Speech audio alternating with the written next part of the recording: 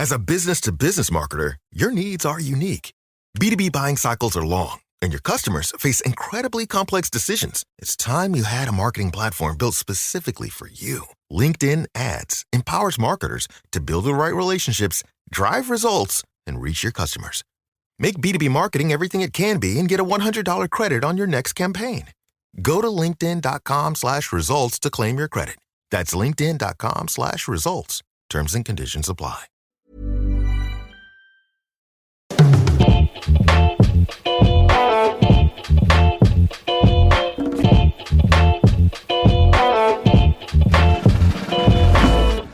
Hello and welcome to another episode of the Fantasy Writers Toolshed. I'm your host Richie Billing, and today we're continuing on with our mini-series on magic systems. Janina and Lucy from the Fey Fellowes Podcast are back again, and we'll be chatting about two big examples of magic systems, their origins, and how they've evolved over time. We also take a look at some key bits of advice for making your own magic system too. Last episode on hard and soft magic systems went down very well indeed, and if you listened to that, thank you very much. But if you haven't, you can rack that one up to listen to right after this. Before we crack on, just a very quick reminder to subscribe or follow the podcast to make sure you don't miss any future episodes. They're coming thick and fast, and we've got some brilliant guests in the pipeline. I'm sure you're not going to want to miss them. If you enjoy the show and would like us to do even more episodes, maybe even more regularly, then give this episode a share on social media or tell anyone who you think may be interested in it. If you're listening on the Spotify mobile app, a quick rating goes a very long way, as does a review on iTunes. It essentially helps people find us and can help them make up their mind when it comes to taking a chance on us. Lastly, if you want to get involved in our growing writing community, then check out the link in the description. We have a fantastic new feature called Panels, which is launching on the 7th of May. Once per month, we'll host a panel discussion in our Discord server, inviting a very special guest to help us answer all of your questions on a specific subject. For May's edition, we're delighted to welcome best-selling fantasy author and guest on the show, Stephen Arndt, who's stopping by to answer all of your questions on world building. Stephen's got a brilliant new book coming out in July, and the world is absolutely fascinating, and the reviews have been incredible so far. So if you've got any questions about building a fantasy world and want to ask one of the world's top authors, this is your chance. All you have to do is join our Discord community. The link to do that is in the description. All you have to do is join our community, and you do that through Patreon. Now it's time to get on with today's show, and here's Janina and Lucy for part 2 of our series on magic systems. I'm delighted to welcome back to the Toolshed Janina and Lucy from the Fey Fellowes Podcast. How's it going? I'm good. Yeah. Last time we were chatting all about hard and soft magic systems. I think we gave a pretty good insight into what they are. I don't know about you two. I thought it was pretty comprehensive. But we're going to dive even deeper today. And we're going to look at a couple of specific examples and then look at ways that you can use to create your own magic system. So, Lucy, witchcraft expert. Currently doing a PhD, aren't you, on all things witchcraft? I think it's such an interesting area of magic, and it sort of transcends reality and fiction, doesn't it? So what can you tell us about it and how it is sort of filtered into the fantasy genre? Yeah, for sure. I mean, I don't think I knew when I started, like when I went into this, how absolutely bizarre some of the things in this, like in these types of writing would be. Mostly my research focuses on modern depictions of witchcraft in historical fiction, but in doing that and researching that, I've had to read a bunch of early modern demonological books, and the things that people genuinely believed about magic and witchcraft are incredible. Like you couldn't possibly imagine. I was reading a chapter in the Miles Maleficarum the other day where he was talking about archer witches. And he was saying basically these archer witches have the possibility to kill someone by shooting. So they shoot an arrow, a bow and arrow, and they magically infuse the arrow so that it hits someone wherever they are, regardless of if they're hiding, if they're miles away, if they're countries away. It will always hit the target because of the magic. Which, in a fantasy novel, makes sense. But for a person talking about actual life is outlandish. Crazy. I know. And sort of, how did it sort of begin then?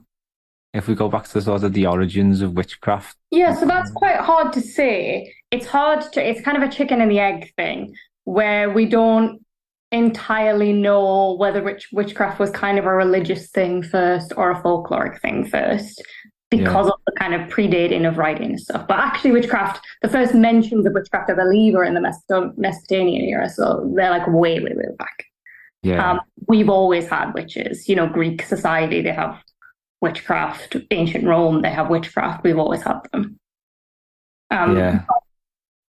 In the medieval period and then in the early modern period, when things got a little bit more Christian, it started to become a genuine worry and a genuine fear for people. And that's when you get demonological texts that are on like how to recognize a witch, how to get rid of a witch, how to protect yourself from witchcraft and that kind of thing. Yeah. It's quite interesting. Obviously, the tolerance for witches has decreased over time. What was it like back in a more sort of tolerant period? Was it more widespread and trusted? Yeah, I mean, it would not have been uncommon in medieval Europe to have had, 2 or 3 wise women to a village who would sell you charms or who would sell you potions. That's a really common occurrence. And even, to be honest, when the witch trials are happening in the early modern period, that kind of stuff is still happening. It just has to go a little bit, under the table and a little bit more quietly. Oh, it is really interesting. I suppose I always sort of think of like healers as well when you think of like witches and like mystics and them kind of figures, and that's the kind of what they're portrayed as in fantasy books anyway for me. And like, you need to go and see the old mystic woman at the edge of town, and she's a bit crazy, so be careful. Yeah, and that's reflected in both in folklore and in history. We see those figures of people who kept a little hut on the edge of the woods and sold, charms and love potions and puppets to people. Yeah, and I think just that sort of being placed outside of society makes it, that sort of gives it, I don't know, it makes it almost like a taboo thing, doesn't it? It's like, it's not part of who we are, but we tolerate it. Yeah. And a lot of the demonological texts, what they're grappling with is not that the witches have a power. They don't care about the fact that the witches have a power. It's that they have a power that is not controlled by them or by God. So it has a really feminine history, witchcraft. It's kind of like a power that exists outside of the patriarchy. And that is what's dangerous about it. It's that idea that women have this power that the men in charge really can't control. That's really cool. I like that angle. Yeah, it explains a lot as well, doesn't it? Yeah, absolutely. all the witch trials and everything. Yeah. Yeah. So what was the sort of the lines given for justifying that? Most of the time, witches were said to have had, a sexual pact with the devil, be in league with the devil, and so anyone who's in league with the devil should be exterminated. And there's no further justification to it than that. Really, that they are pure evil in the eyes of the witch hunters. So it's, a logical decision to make. And it's just a narrative that was fed to people and then stirred them up. Yeah, absolutely was. Yeah, like Brexit. Just like Brexit. Exactly like that. That famous kind of dark magic. Yeah. I've been reading the book about Cambridge Analytica. It's absolutely brilliant.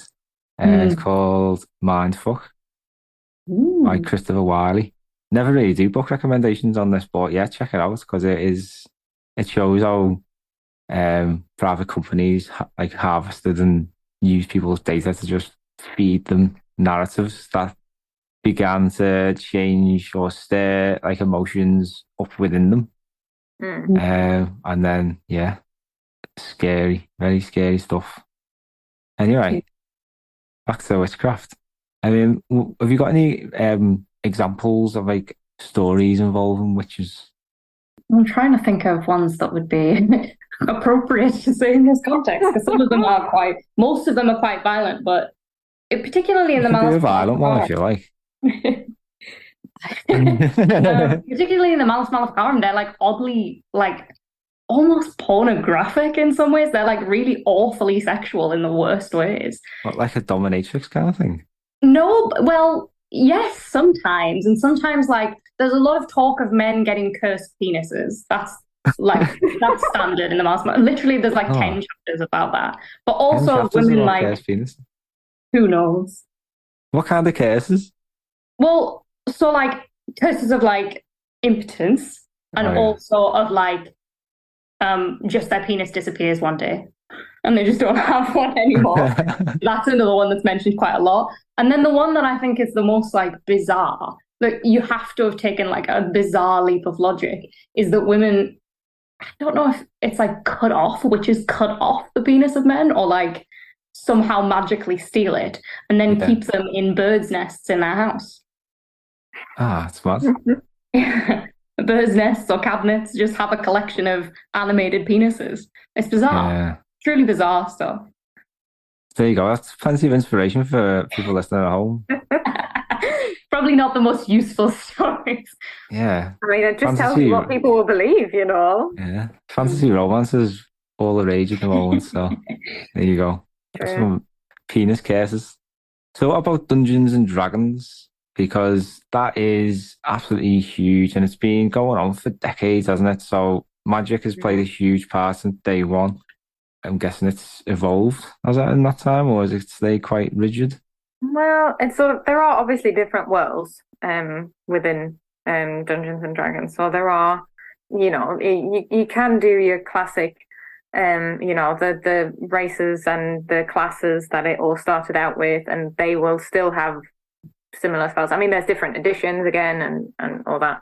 And then there will be some like, well, in some editions, there will be some overpowered, you know, classes that can use magic in a way that they should be able to. But again, back to like limitations and stuff. I guess with it being a game, you know, I think that can be quite helpful for writing as well. Like, if in a game it would make other players angry, you might not want to enable your character to be able to do that sort of thing in your story. But like, we're also playing in a campaign at the minute set in the Dark Sun universe, where magic has sort of, well, it's all pretty much like an inversion of your classic fantasy world. So there's it's all a desert, and like magic has been used so much that there is very little magic left now in that world,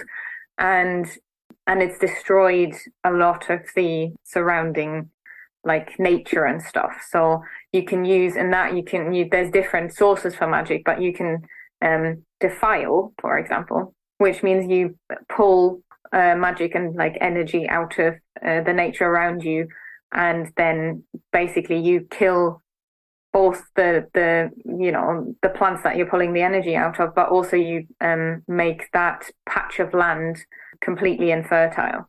So like magic has like disastrous consequences, and therefore magic in that world is forbidden in most places, because people are like, oh well, this destroyed our world, we can't keep using this, it'll destroy more of our world.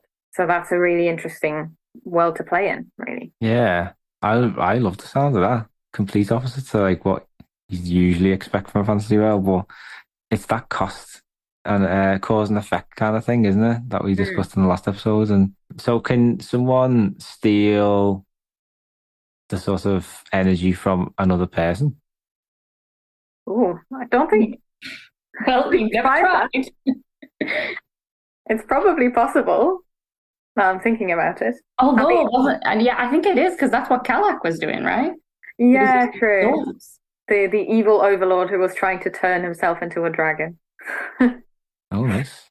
What was he trying to absorb the soul of a dragon? Well, no, he was trying to I think he was trying to absorb the souls of people to turn himself into a dragon, right? Nice. Yeah, that's yeah. I like that though. It's really cool. And it sounds like there's a lot of different worlds then in Dungeons and Dragons. So can you give us some examples of other ones? I've been watching Dimension 20 this week, which is like just another show like Critical Role.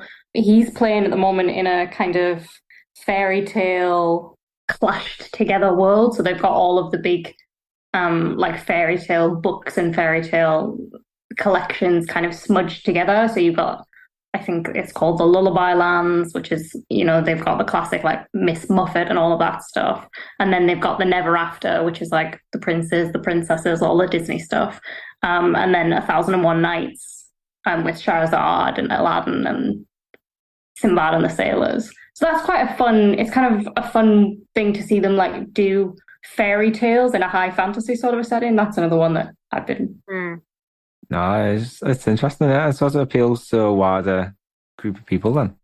Are there any other interesting sort of costs to magic then that you've come across in Dungeons and Dragons? Well, sort of apart from defiling, like I'm playing a wizard in that Dark Sun setting at the minute, and so what I can't do is just cast a spell to get me out of there because people will hunt me down if they find that out. So I have to cast my magic in secret. Interesting. So that's one thing.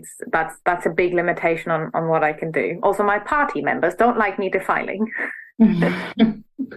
So I'm limited in my power there also. And most people can't read in that world. So if I, as a wizard who can read, reveal that I am able to read and I'm not nobility, which incidentally I became in a very weird story, but it wasn't designed like that. My character wasn't like noble from birth. Then that's a big problem as well. Like, so you need to cover your tracks very well, if you know what I mean. So I had from the start my whole spell book. You need a spell book as a wizard in Dungeons and Dragons, and so it's limited in which spells you've learned as well. Like you can't just cast any spell. You have to copy spells over into your spell book. And it's not like, you're given a full spell book and then you can just, as long as you find the right page, you can cast it. Not at all. You've got a set of spells that you've copied into it yourself and you learn some along the way. And that's, that thing for me was in my apron. I was wearing a large leather apron with lots of pockets with herbs growing in them. And they were sort of covering up the little bits of writing on the inside of the leather pockets. So no one's taken it off me yet. Nice. Very cool. So that sort of thing, you have to be very creative with it. Which is, like you say, like if you've got conflict, if you've got limitations that cause conflict and that put you in trouble, basically, then the more creative you have to be with how you're going to use it. And then also, I feel like the more it pays off when you are able to. Yeah. I think computer games are quite good at showing that kind of side of things, aren't they? Like I always played Skyrim, and magic is obviously you can learn all different kinds of spells, and you have your sort of bar, and your magic regenerates over time, but you can only cast so much. So obviously, the more skills you are, the more magic you can cast. But there is a limit to it, and you've got to wait and recharge it, or you can drink potions and stuff like that to sort of boost it. So I think the limitations you see in computer games are quite interesting. And then Skyrim as well, like you sort of get a superpower that you charge up. You see it in quite a lot of games, things like that. Like even sort of, I would say sci-fi games like Destiny. Like you have sort of abilities and supers they're actually called, or like superpowers that you charge up, and they're almost like magic. I don't know. It's a bit of a weird crossover between like science and fantasy. And no, I think it makes total sense because soft magic is essentially, the dichotomy between soft and hard magic is exactly the same, really, as soft and hard sci-fi, really. Yeah. Just the technology is what the magic is. But really, like, if you imagine, well, actually, this is quite an interesting point. So I grew up with a lovely 60s comedy series called Cat Weasel. I don't know if you guys have heard of that, but it's an 11th century wizard who is transported because he's a bit of a bad wizard. He doesn't really know what he's doing, actually. And he casts the wrong spell when he's trying to flee from the Normans, and he lands in 1960s England. And like he lands on a farm and stuff, and he's terrified of all the electrickery, as he calls it, around himself. So to him, that's magic. Yeah. And like he thinks, for example, that he has to do a certain like hand movement for the light bulb to come on, like in addition to switching, to using the switch for it. So it's like it's very sweet in that, like, and then there's this boy who takes care of him and who obviously like makes sure that he isn't taken away by anyone, and he's then the one who has to explain everything about electrickery because he knows what's going on. So in that sense, it's a hard sci-fi system because the technology is explained, but it somewhat remains a softer magic system because the wizard doesn't know what he's doing. But like that's, I think, if you imagine that sort of thing happening, that like people in the ancient world come across electronic devices, that would be magic for them. Like having a smartphone that has like all the information at the touch of a button, really, that you can say that's magic to an extent to people who do not understand it, who weren't able to use that before. So I think that makes total sense, and that's why like the two genres like have such interconnected fandoms and go so well together. Yeah, nice. As a business-to-business marketer, your needs are unique. B2B buying cycles are long, and your customers face incredibly complex decisions. It's time you had a marketing platform built specifically for you. LinkedIn Ads empowers marketers to build the right relationships, drive results, and reach your customers. Make B2B marketing everything it can be and get a $100 credit on your next campaign. Go to linkedin.com/results to claim your credit. That's linkedin.com/results. Terms and conditions apply. So, what do you think about creating your own magic system? Got any advice to share on this? You want to go first? I was waiting for you, Nina, to do it because I know you're having to pick up creating your own magic system right now. But yeah, I mean, I think so I read a lot of like creative writing books about making magic systems because that was like one of the biggest problems in my novel to solve, because I knew that it was,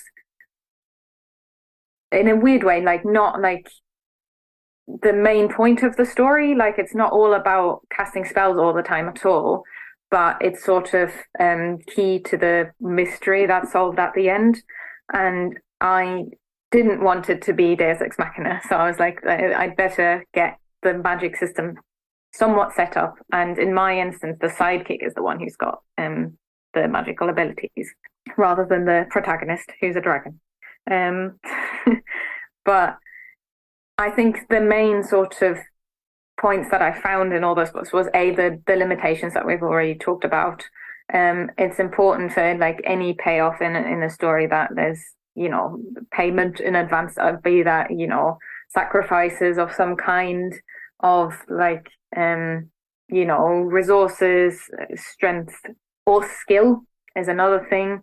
Or, for example, that it's risky. Like I read about one magic system where if you pronounce the spell in any way wrong at all, if you make any mistake in a lengthy spell, then like you get cursed, or you go mad, or whatever, like something really bad happens to you. So in that instance, like if you do it all correctly, there is no sacrifice, but you put yourself at risk. So that's another really interesting way of doing it.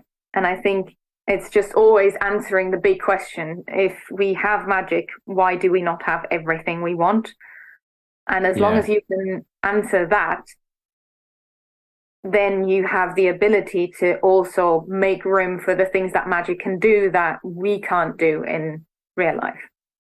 Yeah, I like defining the limitations, isn't it? So what cost does it have and how it can be used and in what ways? I think that way you can sort of, even though you may not reveal that in your story and you keep it more mysterious, as long as you understand that, then you're not going to get too disjointed, are you? Yeah, exactly. And even if you have a soft magic system, if you know what's going on, then that stops you from just like using it randomly or inconsistently. So that's really important. What about you, Lucy? I think also, even especially if you have a hard magic system, but even if you have a soft one, deciding who believes what about your magic can be really useful. That's one of the most useful things I've found from reading all of these nonsensical old demonology books. It's seeing how different people's beliefs are on the same issue. You know, ghosts, for example, is something that people will argue a million different things about. Where does the ghost come from? Is it really a soul? Because shouldn't souls go to God and all of that kind of stuff? Having different beliefs around magic in your system can help you, one, feel like it's a more rich, more real, sort of realistic system for your reader, but also if you want to explain your magic system, it makes more sense to have someone who doesn't understand, because otherwise, why is it being explained? Yeah. So to have someone who doesn't have the system, have it explained to them, lets your reader find out about it too, rather than people who know everything about it just talking to each other about it, which doesn't make any sense. Yeah. It's just more natural like that way, isn't it? Mm. Yeah. I suppose you do see in a lot of fantasy stories that character who's got the abilities, who may have used or shown some glimpses of it. I think we saw it in the Witcher series with, I can't remember her name now, the character. Ciri. Yeah. Ciri, yeah. We see little glimpses of don't we? And she doesn't quite know how to handle it. So I think that's a really good idea to take, especially with characters. Yeah. I like the finding conflict in your magic as well. So, like, obviously we talked about limitations, but the knock-on effects that magic can have. So, Janina, that example you gave before of the destroying the planet, essentially. It's makes such a difference to the way it can be used, doesn't it? So, there's going to be like elements of morality and limitations on how, if there's nothing left to use it with, like, and then you sort of looking beyond that then to how magic evolves and how users of magic evolve. Yeah. So whether they would like start finding alternative sources, I don't know. It's interesting to when you start asking what if, you can go on all kinds of mad adventures in your mind. That's been a fun world to play around in. I'm not playing a magical character, but even so, I'm having fun with the magic of it. So if you're looking for inspiration for what sort of a magic system you want to use, obviously there's plenty out there. But like it's, you know, what's interesting to look at is like historical sources like Lucy's looking at the minute. And then there's always what you can find in folklore. There's actual like belief systems. So and religion, like a lot of magic systems come from faith as well, and like from mythology.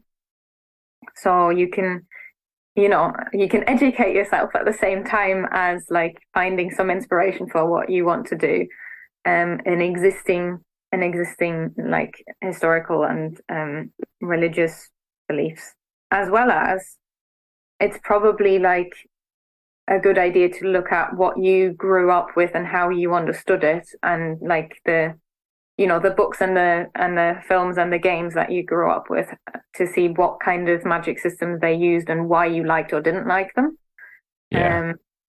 So that sort of thing can be very helpful. And then obviously there's the different kinds of magic systems. If you do spells, if you do elemental magic, if you, if you've got something really outlandish, if you've got something connected to the other world, the Fey, something like really arbitrary in that sense, something unpredictable. Have you got something that is trying to mimic science in a way? Because you can obviously do that as well.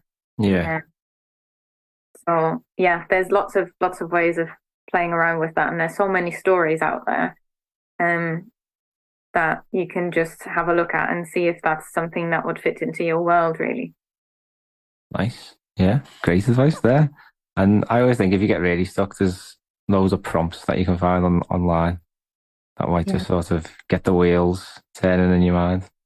Yeah. Oh, Bill. Well, thank you very much. It's been a fascinating chat. Lots of good examples and hopefully some good advice for people listening at home on how to make their own magic system. How can we find out a bit more about you guys and the Fey Fellowes podcast? Yeah, so our podcast is everywhere that you normally would find podcasts. So, for example, on Spotify. And yeah, we're Fey Fellowes Podcast on Facebook and Instagram, and Fey Fellowes on Twitter. So feel free to drop us a message. Let us know if there's any topics that you'd be interested in us talking about. And yeah, love to hear from you. Oh, amazing. Well, thank you very much for taking your time to chat about all things magic. Last 2 episodes, it's been really interesting. I've learned loads. I'm not a big user of magic, so it's been quite illuminating for me. And I hope everyone listening at home enjoyed it as well. Thanks very much, ladies. Thanks for having us. Thank you very much again, Lucy and Janina, for giving up your valuable time to chat with us all about magic. I hope listening at home you've learned something new. Witchcraft is a very interesting subject. Dungeons and Dragons, I am loving it at the moment. Film is awesome, and it's just brilliant how in-depth and creative it is. And hopefully looking at some of them examples there has given you inspiration for your own magic systems. If you enjoyed today's episode and don't want to miss any more in the future, be sure to subscribe or follow the podcast. And if you really enjoyed today's episode, a quick rating on the Spotify mobile app or a review on iTunes goes a hell of a long way. Not only does it confirm that we're doing something right, but it helps other people find the show too, which is very important.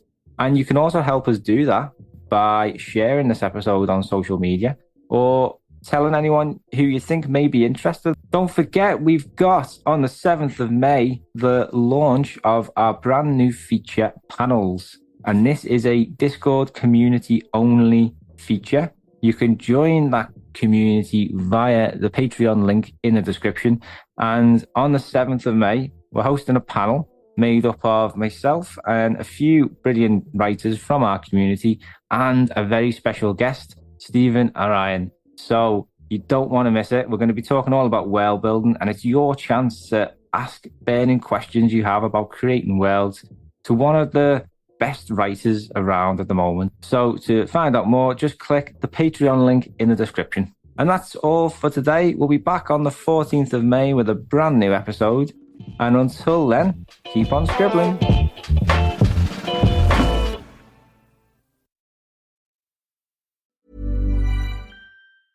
As a business-to-business marketer, your needs are unique.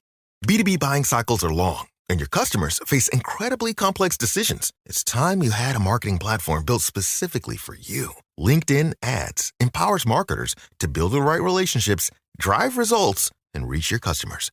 Make B2B marketing everything it can be and get a $100 credit on your next campaign. Go to linkedin.com/results to claim your credit. That's linkedin.com/results. Terms and conditions apply.